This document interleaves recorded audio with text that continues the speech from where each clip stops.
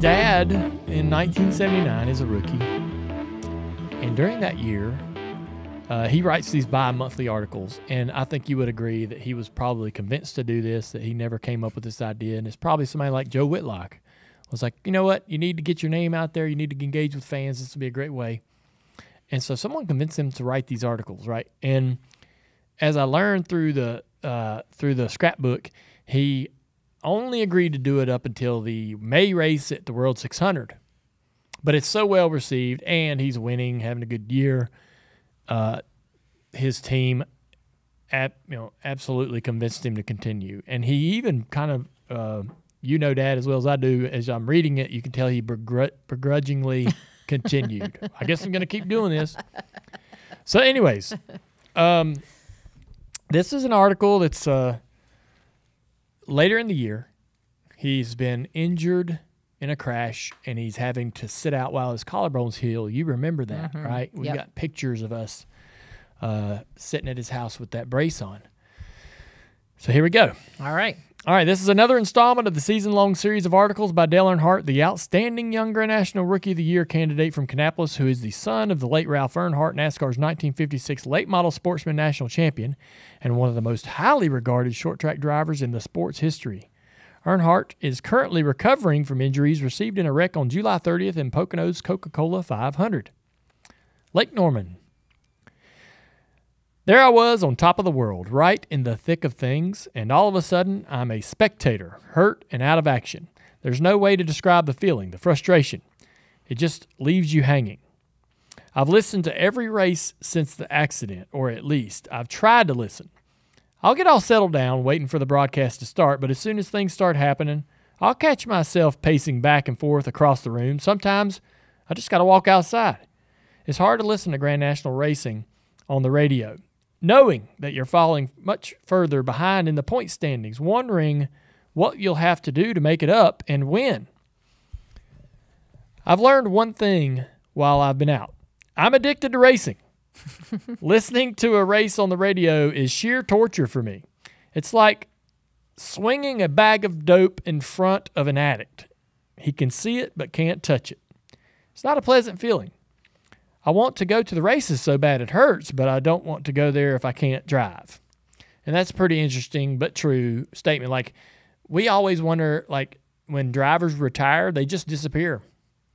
And they don't, unless they find a role like Dale Jarrett, Kyle Petty, myself, they don't come around. You don't see them just coming to hang, right? Yeah. They don't want to be there. Hurts too bad. Yeah. Right. They really. Literally, like in their soul. Their soul just hurts. So I can't imagine. I know every driver has said this when they're hurt. Like, it's hard to watch. It's hard to be there. I have a question. How many races is he out at this point? Like, how many did he sit out the whole time? Dad would miss all of August and 4 events during that period of time before he returned. I'm just trying to get my mental, knowing Dad, getting my mental, sight around him and what this must be like, because we weren't living with him at the time. So, yeah. I've been going to the shop almost every day. So the shop, as we recall. Australian, we went there. They want me back in our race car, but they want me to be healthy first. And me too, he says. When I get back... Do you really believe that? Because I can imagine that he's itching to get in there, not 100%. No. Well, especially with David Pearson winning races, right? David Pearson's in his car running second at Talladega, wins at Darlington, and Dad's probably panicking might be a strong word, but he's close. Yeah. Because he's thinking, even though David Pearson in articles around this time, he's saying all the right things. I'm not coming back full time. This is Dale's car. I'm here to help. Dale's done a great job. And Dad's saying, Australian and all the team says the ride is mine. I can be patient. But he would come back and need relief driving in his first race back and his second race back. And so he did come back too soon. He couldn't finish the races. And you know how tough Dad is. Yeah. Right? Yeah. He says, when I get back in the car, I'm going to be able to finish the race. We knew that didn't happen. I'll be able to give 100%. I'm not going to be slack. I was really chasing those second leg points and national championship points when I had the wreck. So what what he's saying about that is not only was there a national championship, but NASCAR also split the season up into 3 segments. Okay. It was a 31 race schedule, and they would say, okay, the top 10 drivers that score the most points in the first 10 races get a bonus. It's like 10 grand or something. There would be a second leg, which would be race 11 through 20. You're understanding. Got it. So he was in the middle of this second leg and doing really well. And it's funny, but back then, 5-10 grand was a huge. bunch of money. Yeah. So Huge. he's all after that. I felt like I would have finished in the top 5 in the standings the way things were going. Overall, he thinks he would have finished in top 5, and I really believe that. Now, I don't know. Up until recently, I hadn't really thought too much about the rookie points, and that's changed too. So he's got this comfortable lead, and the rookie thinks he's going to win it. He's won a race. Milliken's decent, but he's beating Milliken. Now, I know I'm going to have to run Joe Milliken in the last few races to win the Rookie of the Year title while he was out. So they take the best 15 finishes. For the rookies, yep. Yep. And then there's a 3-person panel that votes. So if you're... So he's missing, like people aren't paying attention to him. Like that and the guy that's competing is gaining all these results and points. Yeah. Getting the attention. Yeah. Yeah. And beating him, like pulling ahead. Yeah. He's now numerically behind. And keep in mind that in this time of 79, you don't have social media and everything at your disposal. So when you're talking about these guys getting the attention and missing, they're literally missing in action because there's no other way to get yourself out there, Out right? of sight, out of mind. Yeah. No other way. Right. He says, I've been seeing the doctor, and in parentheses it says Dr. Phil Bach. Don't remember him. B-A-C-H. I've been seeing the doctor regularly, and he seems to think I'm making satisfactory progress. He's an orthopedic surgeon who specializes in sports medicine, so he knows what he's doing. As far as going back into the race car is concerned, it's strictly up to him, and I kind of feel like it'll be sometime around mid-September. At least I hope so. So he comes back, I think, a little before that, but either way. Rod, the car owner, Rod Osterlin, and I have talked about when I'll start driving again, and he told me that it's all up to the doctor. We aren't going to rush anything. I'll be back when the doctor says it's okay. He says, I would like everyone to know that my job is secure with the Osterlin Racing Team. It's my race car. The wreck at Pocono didn't have anything to do with my job security. I just wanted to make that point because I've gotten a few calls from fans who asked me if David was taking over. David Pearson. David came to our rescue when I got hurt, and he's been doing a heck of a job. We couldn't have found anybody to step in like he has. So David has been released by the Wood Brothers. That's what I'm wondering. Right? Yeah, okay. So he was racing for the Wood Brothers for nearly a decade, winning. Well, they got into a little bit of an argument at Darlington, and he gets fired. Okay. And so he's sitting on the sidelines running his little short track car and having some fun when they called him. But he's looking for a ride, too. So, I mean, I could be worried. I know, but David was not a full-time racer and admittedly was like, don't want a full-time job. He hadn't raced full-time since 72. Okay. So it's obvious that he's near the end of his career, but also he's only going to run 10, 15 races max in any kind of deal. So I think Dad's probably pretty happy, but still doesn't like to see David almost outperforming him, right? The races at Talladega and Michigan gave me a chance to do something that I have not done in a long time, and that's listen to a race broadcast. Actually, it's a good experience. A lot of things can happen that you never pay attention to when you're actually racing, like the interviews they play back during the broadcast. So during the broadcast of the race, one thing that I've learned actually going and digging through all this stuff, Kelly, is I've watched a lot of the races and listened to a lot of the MRN broadcasts, and they would have practice as early as Tuesday. So drivers are at the racetrack all day Thursday, if not sooner, all day Friday, all day Saturday, and they're standing around the garage. The garage was relatively empty except for mechanics and the crews and the drivers. And so Jack Root and Barney Hall and all these guys that are doing the MRN broadcast walk around the garage and would interview the drivers right at the back of their cars, stick a microphone in their face or a recorder, and say, hey, this, that, and the other, asking you questions. And they're doing that intentionally because they're going to chop that up and place it into the race broadcast. Oh, wow. Yeah. So the race broadcast is going live. The race broadcast is happening, and you'll hear these sound bites from the drivers as they were in the garage meandering about during the weekend.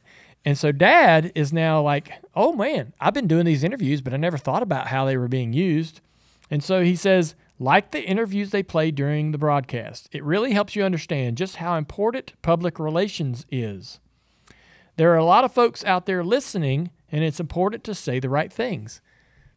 So even during this time when he could be just farting around. Yeah, he's learning. He's learning. Yeah. Yeah. That's pretty impressive. Yeah. Were you listening when Petty put that move on Buddy Baker at Michigan? Boy, I learned something from Richard, and I wasn't even there. He just kept working Buddy lower and lower, and then the rascal got him on the high side in the last lap. This is fun. I think you'll really appreciate this. This is part of the article that I was really looking forward to. He jumps out of racing and goes right into something else. I recently moved into a place on Lake Norman since the crash. So he moved into that house after the accident while he's got his collarbones busted. Mm-hmm. And that's been keeping me busy. I'm really intrigued by the place. I've never lived on water before. This sounds funny. And this is a big lake. Over 500 miles of shoreline. It's nice to jump in the boat at sunrise and cruise around. Maybe do a little fishing. It feels good. Smells good. Smells good. Yeah. See, that lets me know that he's actually involved in writing these because that little paragraph right there is all him. Yeah, somebody couldn't make that up. No. Like, they couldn't ghostwrite that. Yeah. The place has been keeping me busy, too. We've got 900 things I want to do, 900 things I've got to do, and 900 things I can't do. And so that's the end of that little spiel. But that puts a real timestamp on when he moved into that house, you know. And so middle of 1979, probably, actually August of 79. That's when he moved in there. We moved in 81 with him. Yeah. The other thing, too, is I've got a picture of me sitting on that couch, that orange couch that he had. I think it was like orange, right? Burnt orange. Orange sectional. With his collarbones braces on. And so we didn't live with him. And we always wondered how much we visited. Yes, right. Visited with him, right? There, right? And right before Mom passed away, we started asking her some of those questions, like how often did we go to Dad's? Yeah. Was it? And I don't think I still have a clear. I definitely don't answer, have a clear right? answer. Like yeah. it wasn't. There wasn't it wasn't ever planned. It didn't seem. It was like okay, whenever it could possibly happen, it would happen. Right. He gets hurt, and apparently we go visit him during that month. Yeah, I remember. So I was trying to remember. I know that one time and Dad had a waterbed. I laid in the bed and we watched movies, and he was hurt. And I can't remember if it was that collarbone or the next time at Pocono when he got hurt with his leg. He broke his leg. Because we would have been living there at that point. But yeah, it's pretty. I do, remember like the parties and things like that he would have with these people that would be on this team in 79 and 80. So I know we were there. Yep. Right. And we had the scorer who lived out in our backyard and I don't know, he was a helper, whatever he was, Cal and Dolly. And Dolly Cal was a sign man. Yeah. Okay. Dolly was a scorekeeper. Yeah. And they had a little ramp in our backyard that they lived in their camper. And it was a favorite place of ours to go and hang out some. But I just have these visuals and nothing specific about a specific time. Like I can't say, oh, that was 1979 or that was 1980 or whatever that. But I do know Mom said that we did spend a lot of time there, particularly depending on, which, from a relationship standpoint where he was, where sometimes she would come and even stay there while he was going racing and would stay at the house with us there, at the lake house. So, really? Yeah. So. Well, that continues. I've been trying to thank all the fans who have been in touch with me since the crash. The response was unbelievable. I don't know how I'll ever get around to all of them, so I guess I just better say thank you right here. That sounds just like him, right? Yeah. I'm not going to answer every letter, but how about this? This is good enough. I want to say something else, too. The fellow upstairs, in quotation marks, had a lot to do with me not getting killed in that wreck at Pocono. Maybe I don't go to church as much as I should, but I try. We've got our pasture at the races, and that's important to a lot of us. I know it has been important to me, and it will be when I get back to the track, and that's going to be very soon. That's how he ends it. And not to dive into that too deeply, but we ended up, when we moved in with him, we do go to St. Mark's Lutheran, right, where we still go today. Yep. He had a very big connection with the pastor there in the church, Pastor Cozart. He funded some of the growth of the structure itself and the physical property. So it's interesting to me, as wild and as crazy he was in the 70s and as a kid, how that type of, going to church. And he had that upbringing, right? Yeah. He had Not that Memaw and Ralph and Memaw were very strict and grounded and had good boundaries, but when he, when grandfather Ralph passes away, right, he's kind of like a wild, animal at that point, just going and doing, no guidance. They're on their own, right? Yeah. And so, interesting how even in 79, he's starting to get grounded again. I think when he's starting to get this opportunity and this injury even maybe, put things into perspective, right, of how fortunate he is, right? Yeah. That's what I'm thinking is like this was a major learning moment, reality of like, he gets this ride. He's just ran how many races in 78 before this is the first full-time year.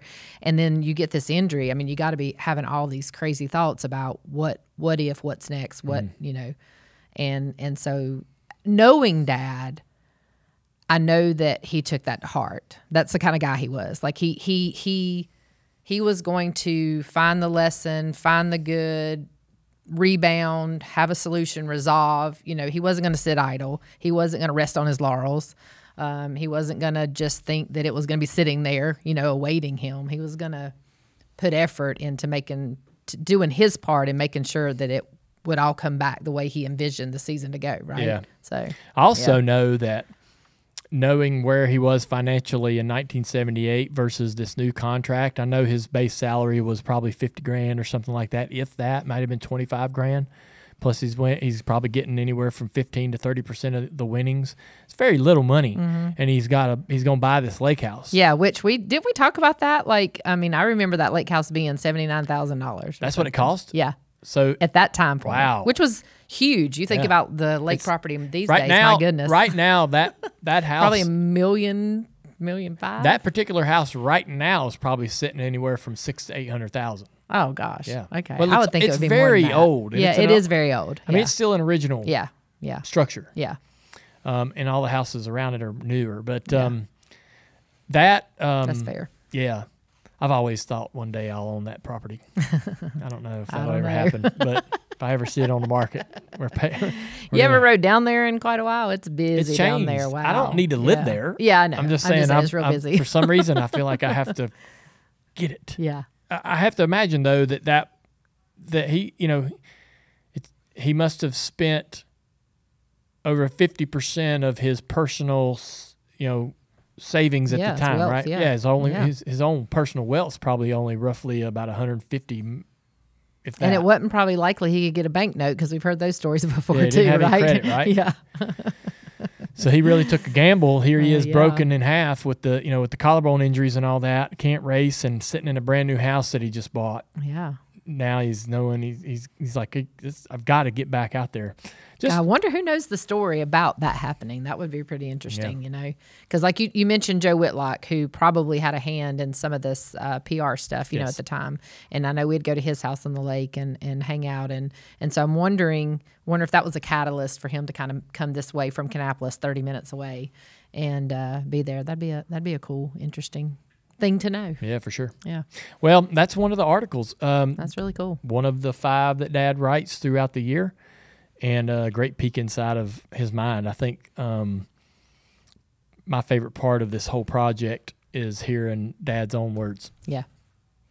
Hey, if you like that video, like and comment below, and don't forget to subscribe so you'll never miss another piece of Dirty Mo Media content.